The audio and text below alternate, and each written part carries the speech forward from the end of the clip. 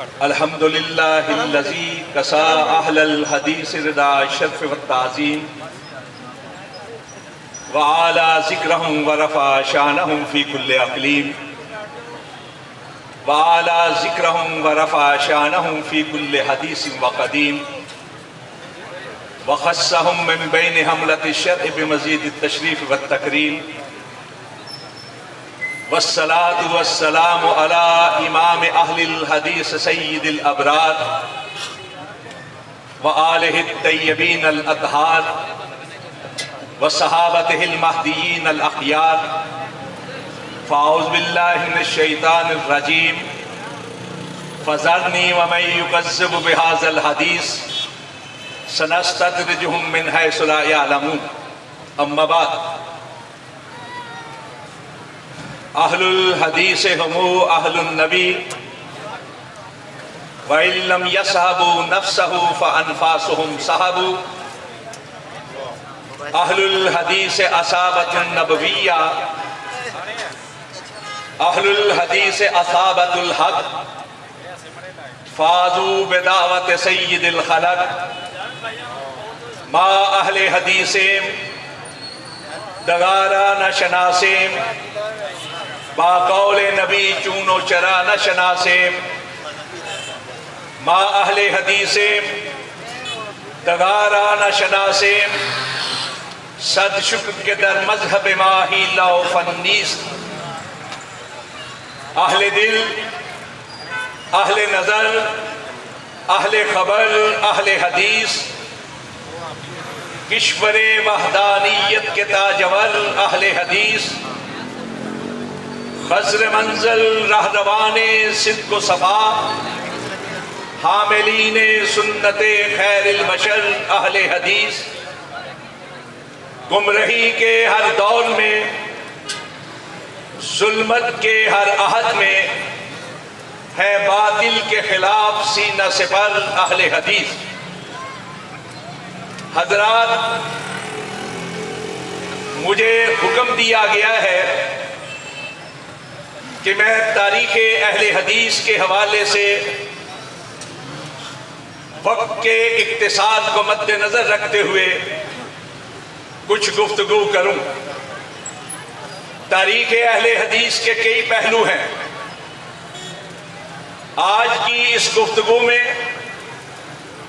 میں صرف ایک پراپوگنڈے کا جواب دینا چاہتا ہوں۔ وہ پراپوگنڈا جو آج سوشل میڈیا پر کیا جا رہا ہے اور جس کے لپیٹے میں اچھے خاصے پڑھے لکھے لوگ بلکہ نہایت باخبر صحافی بھی آ چکے، اور وہ پراپوگنڈا یہ ہے کہ 1906 سے پہلے اہل حدیث کا وجود کہیں دکھائی نہیں دیتا۔ یہ ایک پراپوگنڈا ہے جس کی بنیاد جھوٹ پر گڑی گئی۔ ہوا یہ تھا کہ 1906 میں آل انڈیا اہل حدیث کانفرنس کی تنظیم سازی کی بنیاد پڑی۔ حضرات ایک کانفرنس کے موقع پر مختلف جہات اور اطراف کے علماء جمع ہوئے۔ انہوں نے اپنے کام کو آگے بڑھانے کے لیے ایک تنظیم کی بنیاد رکھی تھی۔ ایک کامن سنس کی بات ہے، کامن سنس کا سوال کہ وہ لوگ موجود تھے تو بنیاد پڑی تھی۔ اب اس اجلاس کے اندر رنگون کے علماء بھی موجود تھے، بہار اور بنگال کے مختلف شہروں سے تشریف لائے ہوئے علماء کرام، بنارس کے، دہلی کے،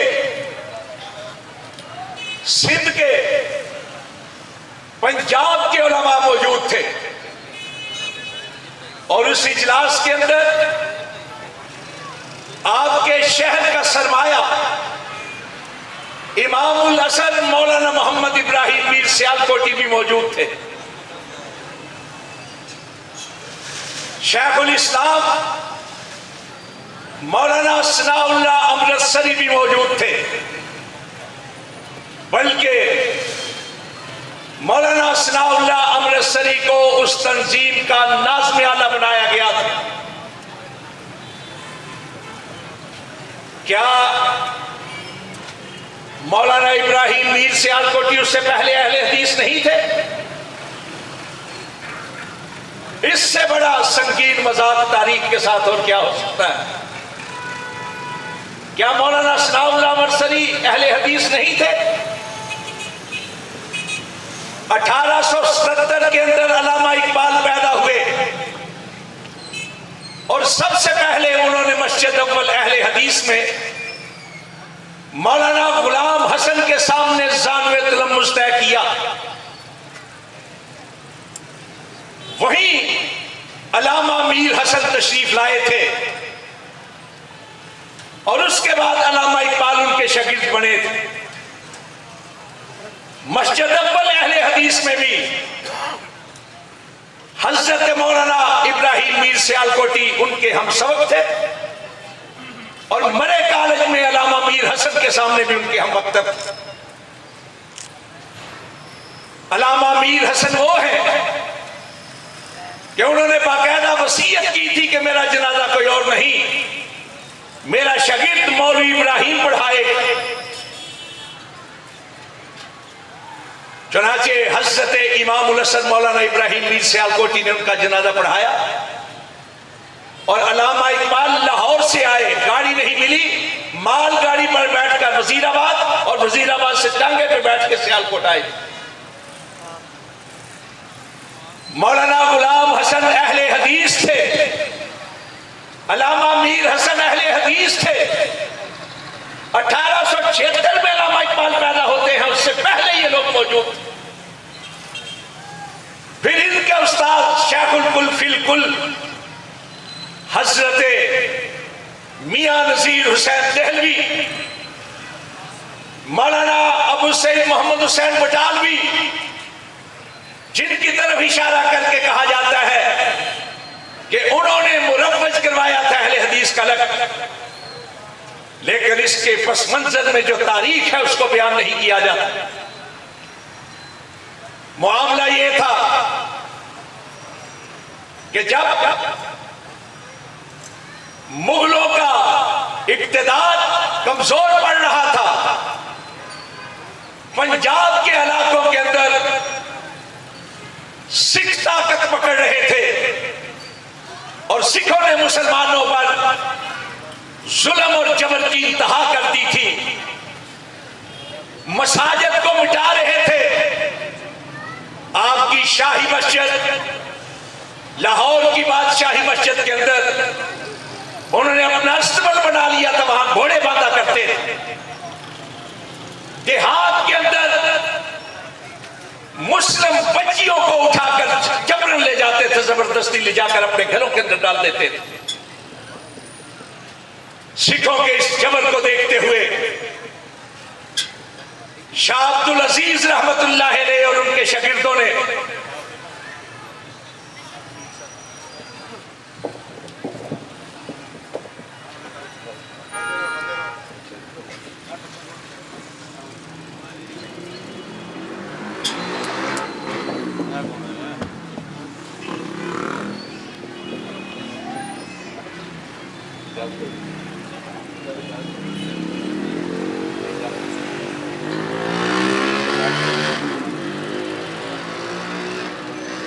اس ظلم و جبر کے خلاف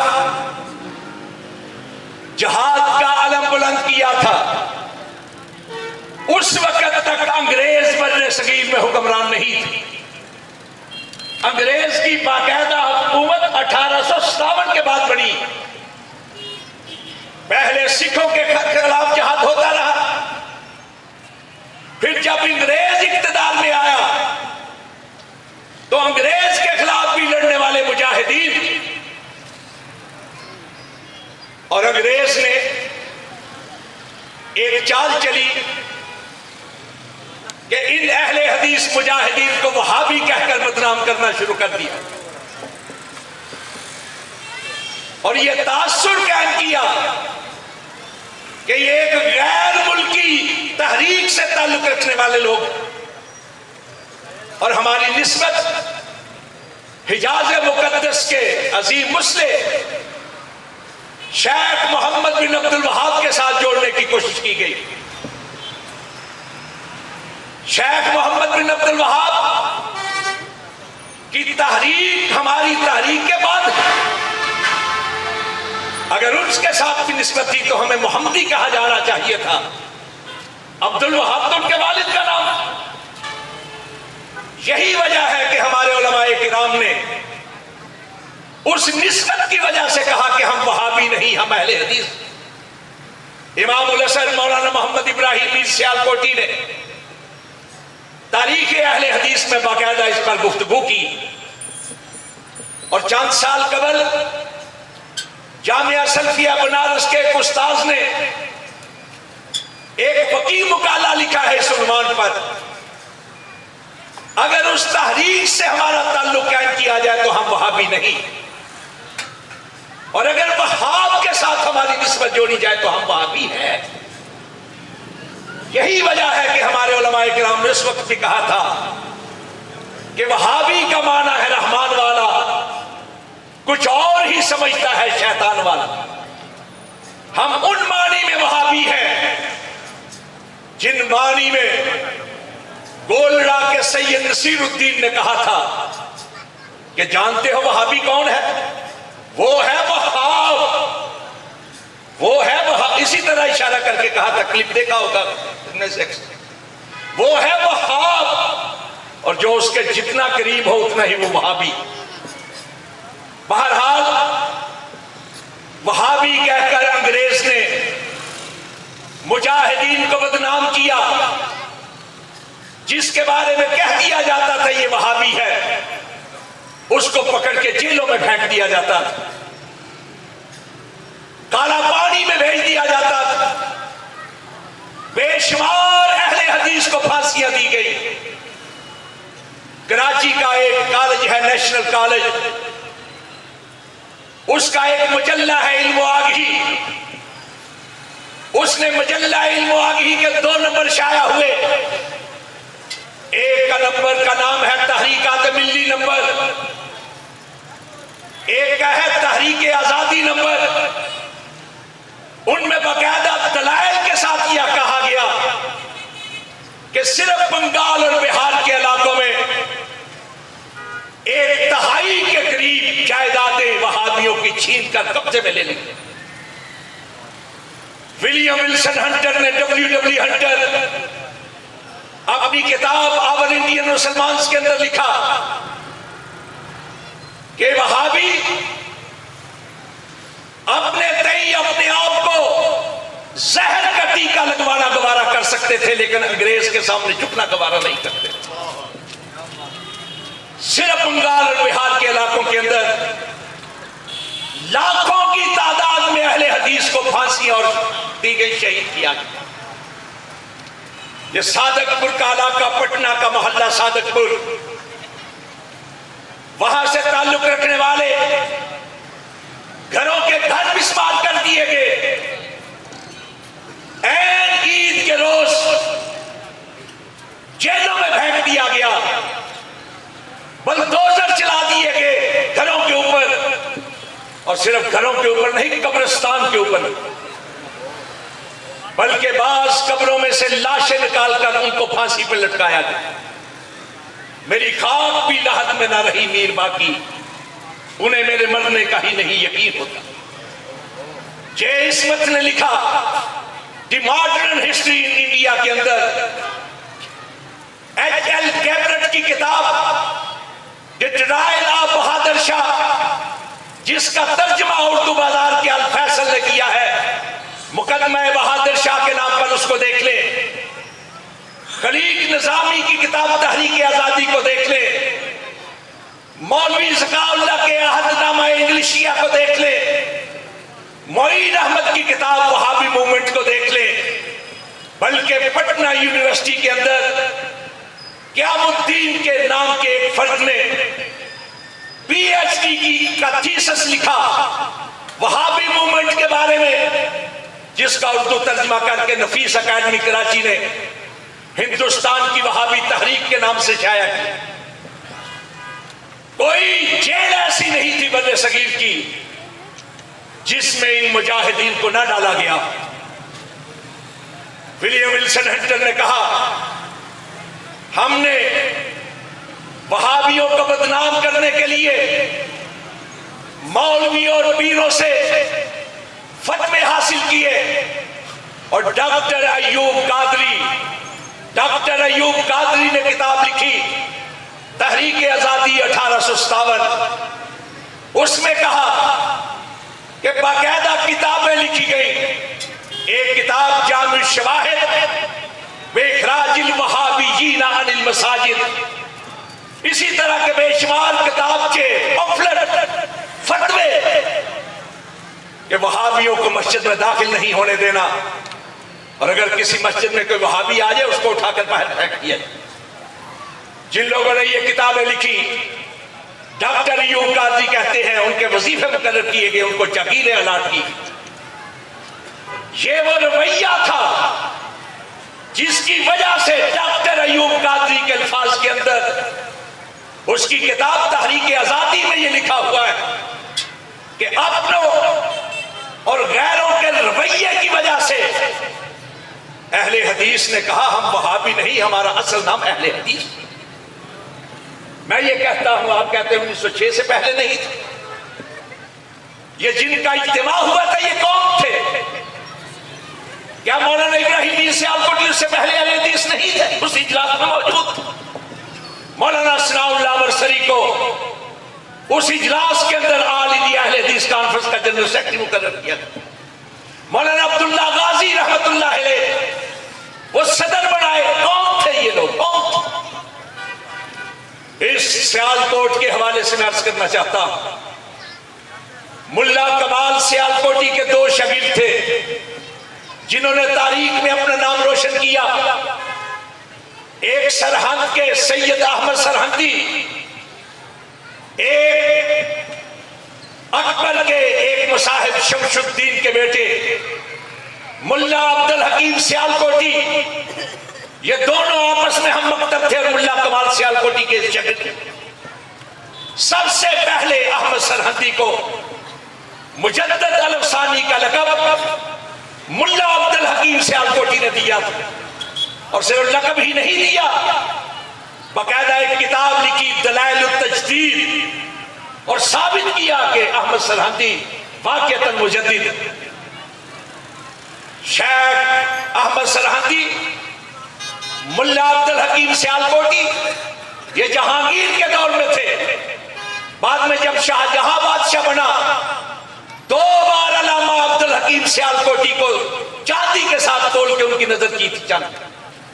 یہ ملا عبد الحکیم سیالکوٹی نے بڑی کتابیں لکھی، جو نصاب کی کتابیں تھے ان کے حاشیے لکھے، لیکن ایک کتاب کا ترجمہ کیا شیخ عبد القادر جیلانی رحمت اللہ علیہ، 11ویں والے پیر، ان کی مارکارہ کتاب غنیت الطالبین کا ترجمہ کیا علامہ عبد الحکیم سیالکوٹی نے۔ یہ 1541 کے پیدائش 1541 ہے کی تاریخ مطابق، جہانگیر کے دور کے۔ انہوں نے ایک عبارت آئی غنیت الطالبین میں، علامت اہل البدع البقیۃ فی اہل الاصل، اہل الاصل، اس کا ترجمہ ملا عبد الحکیم سیالکوٹی نے ان الفاظ میں کہ فارسی میں ترجمہ، اس لیے اس وقت تک اردو کا کوئی نام و نشان نہیں تھی، فارسی زبان یہاں آئی۔ کہا علامت اہل بدعت عیب کردن در اہل حدیث، کہ بدعتیوں کی علامت یہ ہے کہ اہل حدیث کو گالیاں دیتے ہیں۔ آگے سیالکوٹ کا ملا عبد الحکیم سیالکوٹی نے ترجمہ کرتے ہوئے اہل حدیث کا لقب تھے تو تبھی کہا۔ ایک لغت کی کتاب شاہ جہاں کے دور کے اندر، فارسی لغت کی کتاب منتخب اللغات شاہ جہانی لکھنے والا عبد الرشید بن عبد الغفور الحسنی، اس میں ایک شخصیت بابا رتن ہندی کا باب جب آیا، بابا رتن ہندی کا جب تذکرہ آیا، اور بابا رتن ہندی پنجاب کے کسی علاقے کا رہنے والا تھا جس نے یہ دعویٰ کیا تھا کہ وہ صحابی ہے، اس نے اللہ کے رسول کی زیارت کی ہے، اللہ کے رسول نے اسے لمبی عمر کی دعا دی، اور طاہر القادری اکثر اپنی کتابوں کے اندر تقریروں کے اندر اس کا حوالہ دے چکا ہے۔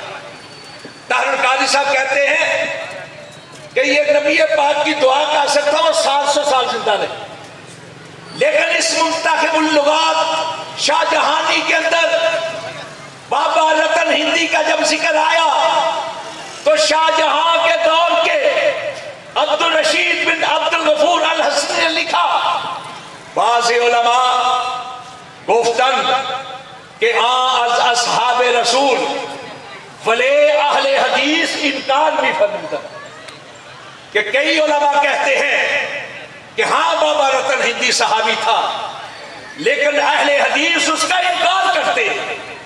تو اہل حدیث تھے تو تمہیں، یہی نہیں، آپ جائیں، میں گیا آگرہ میں، وہاں راجہ کی منڈی ایک اسٹیشن ہے، ریلوے اسٹیشن، اس کے 1 نمبر پلیٹ فارم کے ساتھ ایک پرانی مسجد، اس مسجد کے اندر سنگ ایک کتبہ لگا ہوا ہے پتھر کا، فارسی عبارت کہ یہ مسجد اہل حدیث اورنگزیب عالمگیر کے دور کے اندر 1083 ہجری میں یعنی 1669 عیسوی میں بنائی گئی۔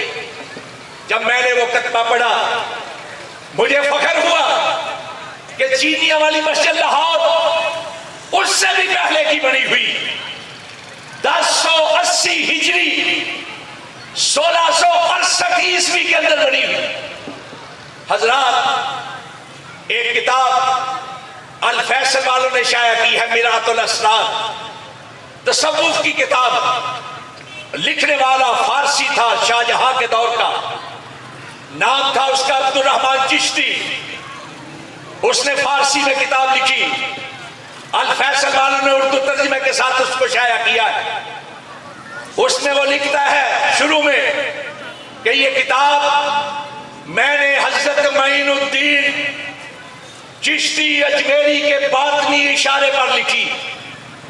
اس میں لکھتے ہیں عبد الرحمن چشتی کہ اہل رسول کے 2 گروہ بن گئے، ایک وہ تھا جو قرآن اور حدیث سے کام لیتا تھا، اس کو اہل حدیث کہا جاتا تھا، اور جو رائے اور قیاس سے کام لیتا تھا اس کو اہل رائے والقیاس کہا جاتا تھا۔ یہ میرا الاسرار کے اندر ہے، صوفی ہونے کے باوجود، اور صرف لکھا نہیں، اس نے اپنی اس کتاب کے اندر رکن الدولہ سمانی، اس کی 2 کتابوں کا حوالہ دیا، ایک جواہر تفسیر، اس میں کہا کہ صراط مستقیم کی تفسیر میں اس نے لکھا ہے، اور دوسری کتاب العروۃ الوثقیٰ، اور یہ رکن الدولہ سمنانی یہ جہانگیر کے دور کا تھا۔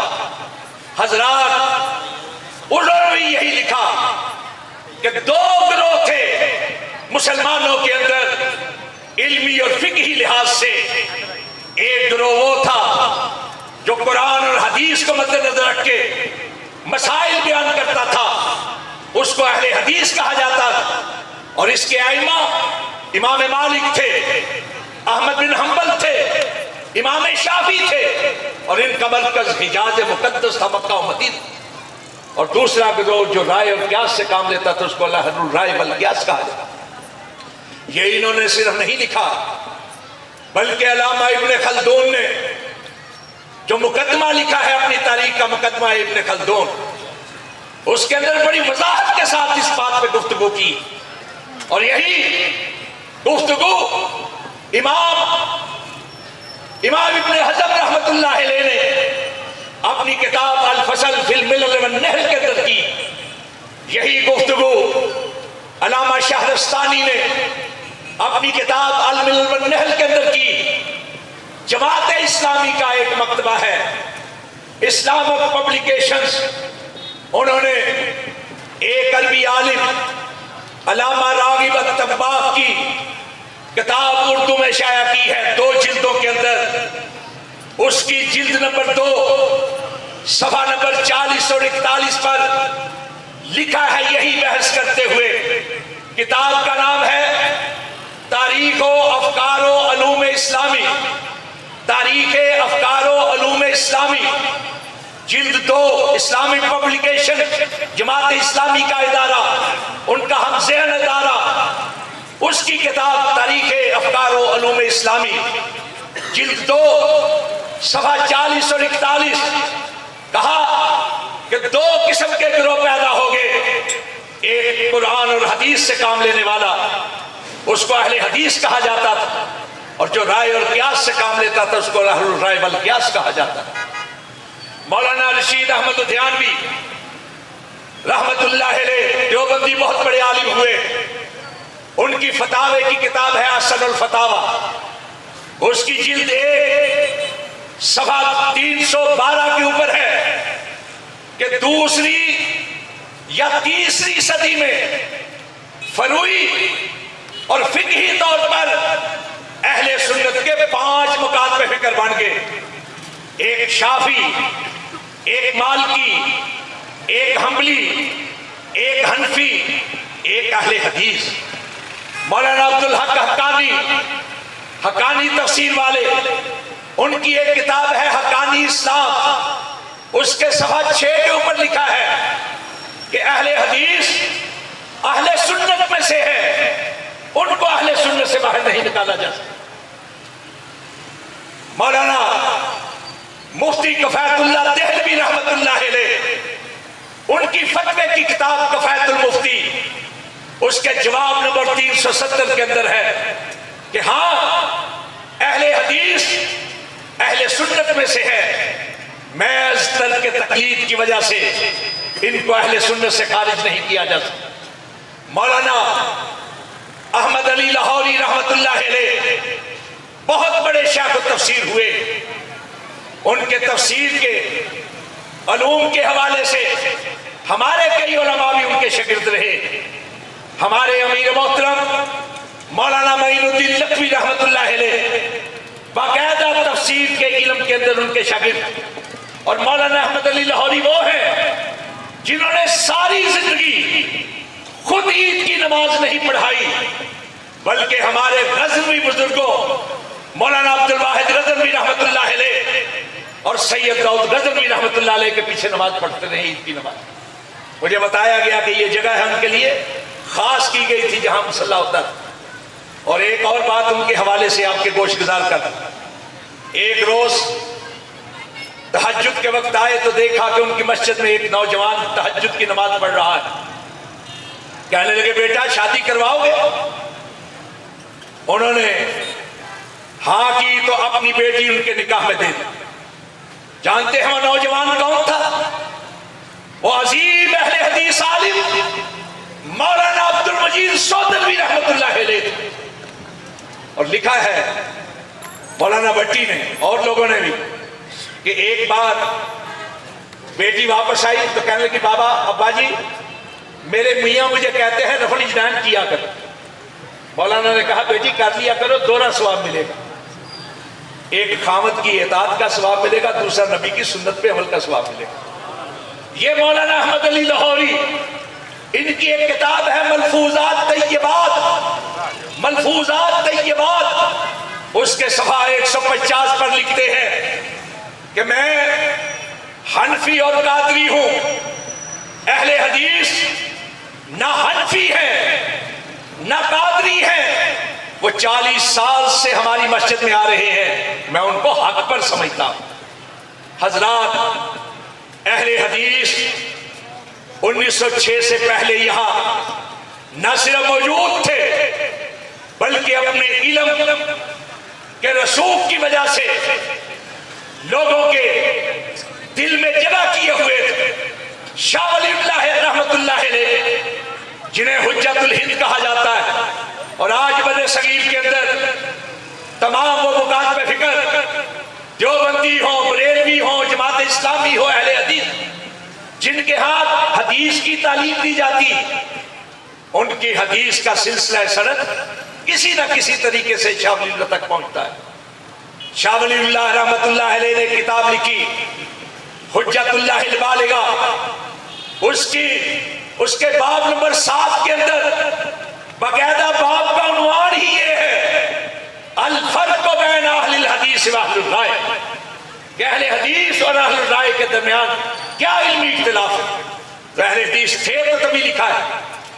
حضرت محمد بن قاسم رحمت اللہ علیہ سن 91 ہجری کے اندر آئے ہیں بر صغیر میں، اور جہاں جہاں وہ گئے وہاں وہاں حدیث کے علوم رسوخ پاتے گئے۔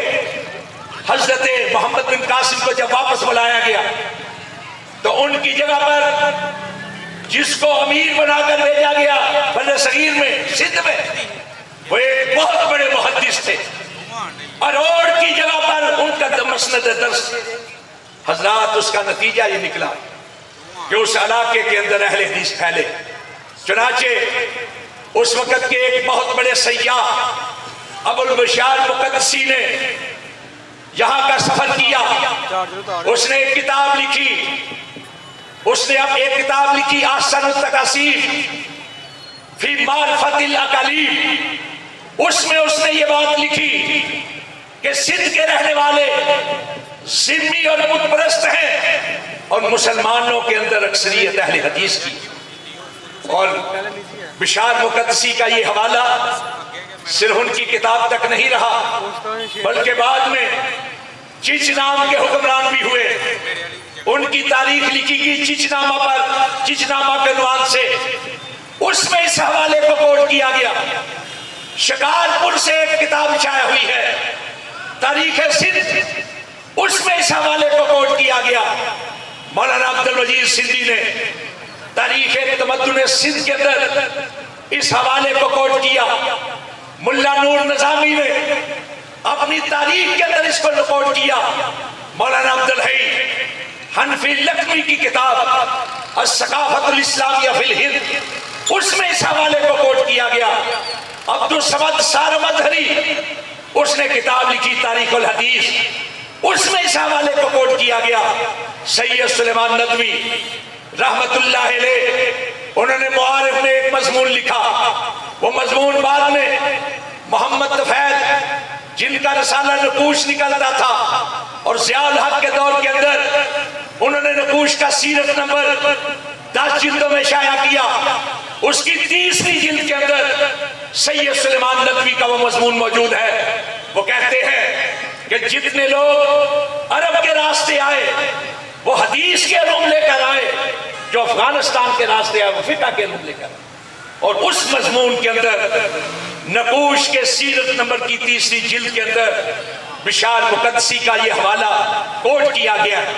حضرات پھر آپ کے سیالکوٹ کی طرف آتا، اقبال روڈ پر مسجد اول اور 2 دروازہ مسجد کے درمیان ایک مکتبہ تھا جو پیر جماعت علی شاہ علی پوری کے نام پر مکتبہ لسانیہ، اس میں انہوں نے ایک کتاب شائع کی امام سخاوی رحمت اللہ علیہ کی القول البدیع۔ اس میں حضرت انس رضی اللہ تعالیٰ عنہ سے ایک روایت نقل کی کہ قیامت کا دن ہوگا، اہل حدیث آئیں گے، معاہم المحابر، ان کے ہاتھوں میں وہ دواتیں ہوں گی جن کی سیاہی سے یہ حدیث لکھا کرتے تھے، اور حدیث لکھتے ہوئے سب سے زیادہ حدیث پڑھتے ہوئے، لکھتے ہوئے، سنتے ہوئے یہ دوسروں کی نسبت سب سے زیادہ پیارے رسول صلی اللہ علیہ وسلم پر درود بھیجتے تھے۔ چنانچہ اعلان کیا جائے گا کہ اہل حدیث تم دنیا میں سب سے زیادہ مجھ پر درود بھیجتے تھے، جنتوں میں داخل ہو۔ اور حضرات اہل حدیث کے اس شرف کے حوالے سے ملا علی قاری نے مرقات شرح مشکات کے اندر یہ چیز لکھی، یہی چیز امام ابن حبان رحمت اللہ علیہ کے حوالے سے شرف و صحاب الحدیث میں ہے، جو علامہ خطیب بغدادی کی ہے۔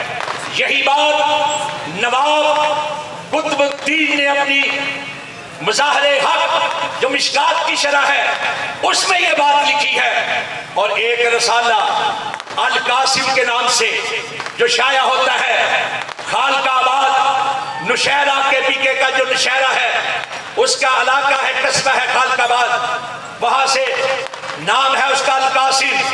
اگست 2008 کا شمارہ، اس میں علامہ زاہد الحسینی کی کتاب کشکول مارکت کا حوالہ دیتے ہوئے کہا کہ ملا علی قاری رحمت اللہ علیہ کہا کرتے تھے اہل الحدیث ہم اہل النبی وَإِن لَمْ يَصْحَبُوا نَفْسَهُ فَأَنفَاسُهُمْ صَحَبُوا، کہ حدیث پر عمل کرنے والے درود کی برکت سے اللہ کے نبی کے سب سے زیادہ قریبی۔ میں وقت کے اختصار کے پیش نظر اپنی بات کو سمیٹتے ہوئے صرف ایک حوالہ کرنا چاہتا ہوں۔ آج ہر ایک کے پاس موبائل ہے، آپ گوگل پہ جائیں، سرچ کریں مسجد چرامان۔ میں نے آپ کو آگرہ کی مسجد اور چینی والی مسجد کا حوالہ دیا، اب میں دعوت عام دے رہا ہوں، آپ گوگل پہ سرچ کریں مسجد چرامان جو انڈیا کے صوبہ کیرالہ کے مالابار علاقے کے اندر ہے۔ وہ مسجد، اس کے اوپر تختی لگی ہوئی ہے کہ یہ مسجد 629 عیسوی کے اندر بنی ہے، جبکہ پیارے رسول صلی اللہ علیہ وسلم 632 عیسوی میں دنیا سے رخصت ہوئے، یعنی رسول پاک کی وفات سے 3 سال پہلے کی۔ اور جا کر دیکھ لیں وہ کن کے پاس ہیں۔ حضرات، حدیث اس وقت سے ہے جب پیارے رسول کا وجود تھا، آپ نبی بنے، اور جب سے حدیث ہے، اہل حدیث ہے۔ اسی لیے امام شافعی رحمت اللہ علیہ تذکرۃ الحفاظ میں ہے وہ کہ جنہوں نے 500 صحابہ کی زیارت کی اور ان سے دین سیکھا، انہوں نے کہا لو استقبلتو مستدبرتو ما حدثتو الا بما اجمع علیہ اہل الحدیث، کہ جن چیزوں کا مجھے بعد میں پتا چلا، اگر پہلے پتا چلتا میں کوئی ایسی حدیث بیان نہ کرتا کہ جس پر اہل حدیث کا اجماع نہ ہو۔ اب بتائیں، ایک جلیل القدر تابعی کسی حدیث کی تصدیق کس سے کروائے گا؟ صحابہ کرام سے۔ تو کس کو کہا ہے اہل حدیث؟ صحابہ کرام کو۔ اور شرف و اصحاب الحدیث علامہ خطیب بغدادی کی، اور حضرات صرف یہ نہیں کہ علامہ خطیب بغدادی کی ہے، علامہ البانی نے اپنی کتاب سلسلۃ الاحادیث الصحیحہ کے اندر جلد 3 کے اندر شرف و اصحاب الحدیث کی یہ روایات صحت کے حکم کے ساتھ درج کی ہے۔ ان میں ایک حکم یہ ہے کہ حضرت ابو سعید خدری رضی اللہ تعالیٰ اپنے شاگردوں سے یعنی تابعین سے یہ کہا کرتے تھے انکم خلوفنا واہل الحدیث بعدنا، کہ تم ہمارے خلیفہ ہو اور ہمارے بعد کے اہل حدیث ہو۔ حضرات، جب تک کائنات باقی ہے، جب تک قرآن اور حدیث باقی ہے، تب تک قرآن اور حدیث پر عمل کرنے والے، قرآن اور حدیث سے مسائل اخذ کرنے والے اہل حدیث بھی باقی ہے۔ دنیا کی کوئی طاقت اہل حدیث کے نام کو نہ مٹا سکی ہے، نہ مٹائے گی۔ انشاءاللہ العزیز زندہ و تابندہ ہے علم ہمارے اسلاف کا، اہل حدیث کا، اور اہل حدیث کا لقب کائنات کے سب سے مقدس افراد کا لقب ہے، حضرات محدثین کا۔ اللہ ہمیں ان کے قدموں پر چلنے کی توفیق عطا فرمائے۔ وأقول قولي هذا أستغفر الله لي ولكم أجمعين۔